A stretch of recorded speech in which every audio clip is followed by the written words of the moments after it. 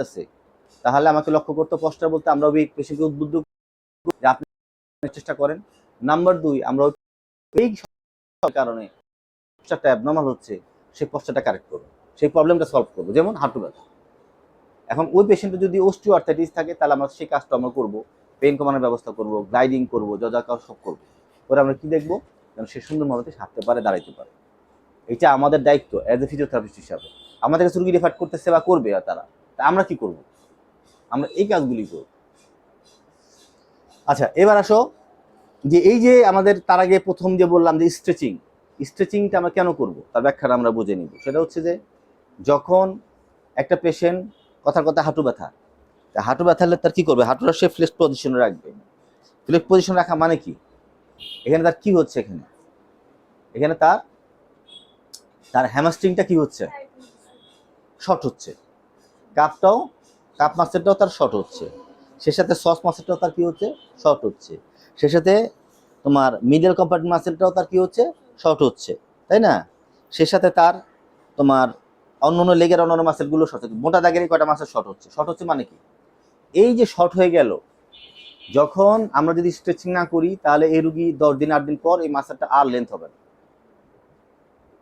এই মাসেলটা শর্ট হয়ে ধরো এরকম নর্মাল লেন্থ, সেই শর্টে এতটুকু হইল, সে কিন্তু আর এই পর্যন্ত যাবে না।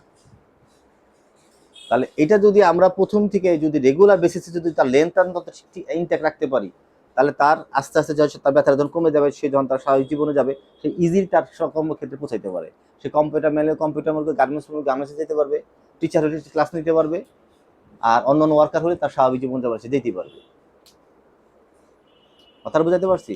আর যদি এটা না হয় তাহলে এটা মাসে তার শর্ট হয়ে যাবে। কথা বুঝাতে পারছি? আচ্ছা, এবার আমরা দেখবো হলো যে কষ্টের কথাটা বললাম, আর প্রয়োজনে আমরা অর্থোসিস ব্যবহার করতে পারি। অর্থোসিস হলো ওইরকম ডিভাইস, যে ডিভাইসগুলো তার নর্মাল রেস্টিং পিরিয়ডে আমরা, যেমন আমাদের নিক্যাপ, একটা অর্থোসিস। বুঝতে পারছি? একটা পেশেন্ট ব্যথার চোটে তার হাতটা খালি এরকম করে ফেলতেছে, তাহলে আমরা যদি একটা রিস্ট বেল্ট দিয়ে দিতে পারি, তাহলে তার হাতটা ফাংশনাল লেভেল থাকলো, ফাংশনাল লেভেলে তার হাত গ্রিপ করতে পারে, শক্তি পাবে।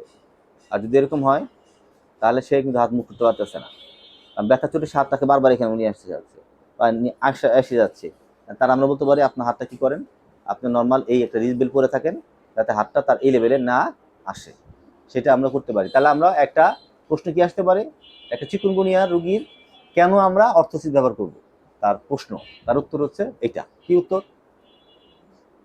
এই যে বললাম একটু আগে, যে ব্যথার কারণে একটা পেশেন্ট রিস্ক তার ড্রপ হয়ে যাচ্ছে বা রিস্ক তার ফ্লেক্স পজিশনে থাকতেছে, ফলে তার ফাংশনাল লেভেল কন্ট্রাকচার বা স্ট্রেচ করে কন্ট্রাকচার ডেভেলপ করতেছে, স্টিফনেস হতে হওয়ার সম্ভাবনা থাকতেছে। সেক্ষেত্রে আমরা যদি একটা রিস্ক বেল্ট দিয়ে দিই, তাহলে তার কবজিটা ফাংশনাল লেভেলে থাকবে, তার গ্রিপিং হবে, তার এই কমপ্লিকেশনটা তার হবে না। Heat therapy is recommended, but the chronic stage of anti-inflammatory patch are used around the painful joint.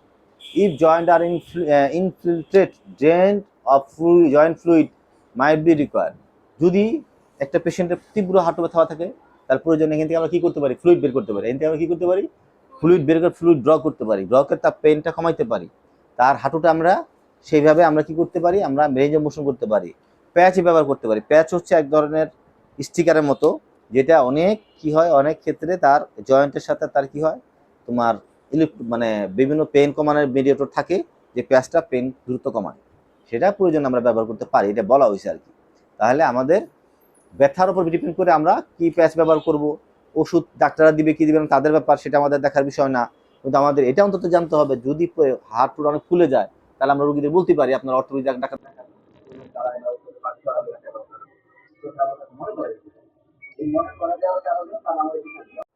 চিকিৎসা আমাকে সব চিকিৎসা আমি করবো না, বা চিকিৎসা বুঝলাম কিনা, চিকিৎসার যত সময় যথাযথ জায়গায় আমি রেফার করলাম কিনা, বা তাকে সে পরামর্শ দিলাম কিনা, এইটাই রুগীরা দেখতে চায়।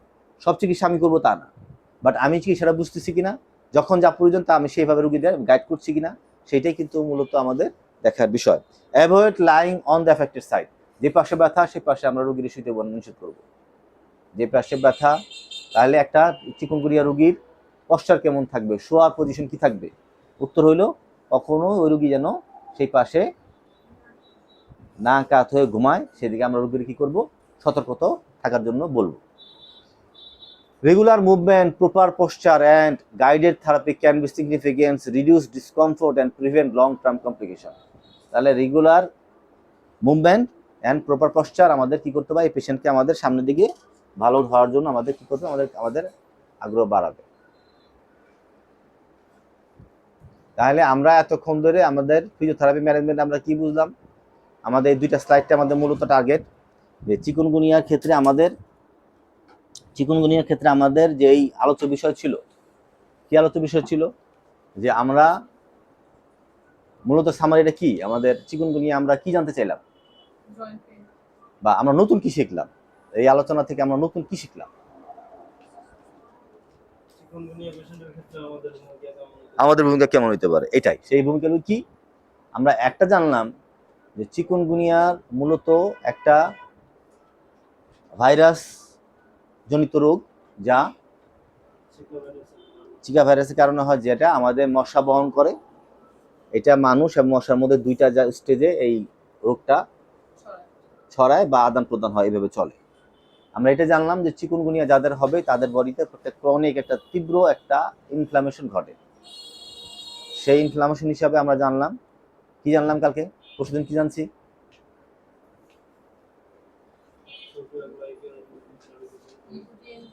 লিকুইটিন, হ্যাঁ, ইন্টারলিকুটিন 6, ইন্টারলিকুটিন 1 বিটা, টিএনএফ, তারপরে সাইটোকাইন, এগুলো কি হয়, এগুলো রিলিজ করে। কোত্থেকে, আমাদের বডি থেকে রিলিজ হয়। কেন রিলিজ হয়, কারণ চিকুনগুনিয়া ভাইরাস আমাদের শরীরে ঢুকছে। সেই ভাইরাসকে প্রতিরোধ করার জন্য, প্রতিহত করার জন্য আমাদের বডিতে প্রতিনিয়ত এই কেমিক্যাল মেডিয়েটরগুলো রিলিজ হইতে থাকে।